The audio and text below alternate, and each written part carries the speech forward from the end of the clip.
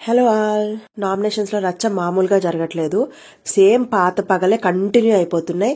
ఎక్కువలో మనకి కనిపించేది అవినాష్ కి ఇంకా పృథ్వీకి ఎట్లా గొడవలు ఉంటాయి, సేమ్ అవే గొడవలు, మళ్ళీ అవే టాపిక్స్ రన్ అవుతున్నాయి. ఇంకా నిఖిల్ అండ్ ప్రేరణ, గౌతమ్ వీళ్ళ ముగ్గురు మధ్య ఏదైతే పాత కంటిన్యూ అవుతున్నాయి అవి అవుతున్నాయి. ఇంకో పక్క రోహిణి అండ్ విష్ణుప్రియ, వీళ్ళందరికీ same face to face war జరుగుతుంది. సేమ్ రిపీటెడ్ పాయింట్స్ మీద చాలా ఎక్కువ రచ్చ జరుగుతుంది. కాకపోతే ఈసారి ఏంటి అంటే మాటలు డ్రామాలు కొంచెం ఎక్కువైపోయినాయి అనిపించింది. ఇక చివరి వరకు వచ్చేపాటికి ఏ చెప్పినా సరే పదే పదే చెప్పినట్టుగా ఫీల్ అవుతున్నారు కొంతమంది.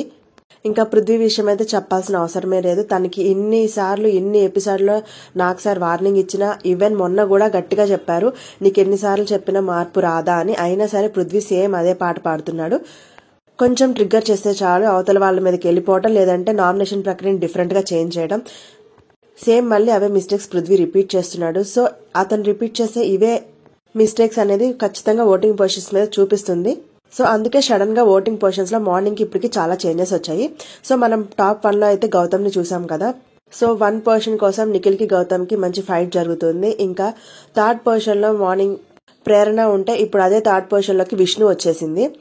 సో ప్రేరణ పొజిషన్ కొంచెం డౌన్ అయ్యి 4th పొజిషన్ లోకి వెళ్ళింది.